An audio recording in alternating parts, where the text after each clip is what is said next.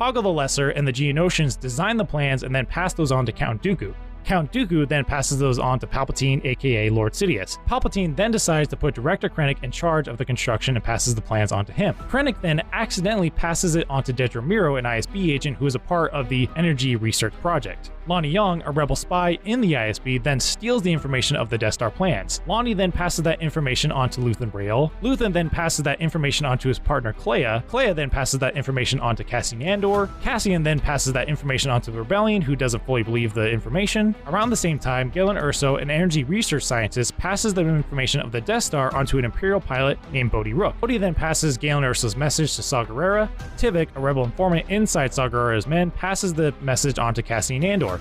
Cassian and the rebels obtain Jyn Erso to help them get in contact with Saw Gerrera so they can receive Galen Erso's message. Jyn receives Galen Erso's message and then passes that message to the rebels on Yavin 4. Cassian, Jyn, and a handful of rebels then go to Scarif to receive the Death Star plans. They then send the plans to Admiral Raddus, a part of the Rebellion who is just above Scarif. The plans are then transferred over to a data card by this guy, who then hands it off to this guy before being slashed by Darth Vader, who then hands it off to this guy, who then hands it off to Leia Organa. Leia gives the plans along with a personal message over to R2-D2. R2-D2 then lands on the planet Tatooine, gets captured by Jawas, and then is sold into the hands of Luke Skywalker. Luke Skywalker then learns of the message and passes it along to Obi-Wan Kenobi. Luke Skywalker, Obi-Wan Kenobi, along with Han Solo and Chewbacca, plan to bring the plans over to Alderaan to Bail Organa. Having showed up just a little too late, they get captured by the Empire on the Death Star, which is totally odd because the plans basically went full circle just to end up back on the Death Star. Ironic.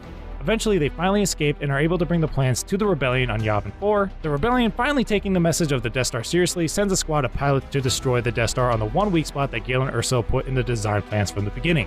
Wow! Once again, just the full timeline of that, just all the steps it took in order to get to that point. If I miss anything, be sure to put it in the comments. Thank you guys so much for watching. And maybe in the future, if you learn of a massive super weapon by some sort of overwhelming power, maybe take it just a little bit more seriously.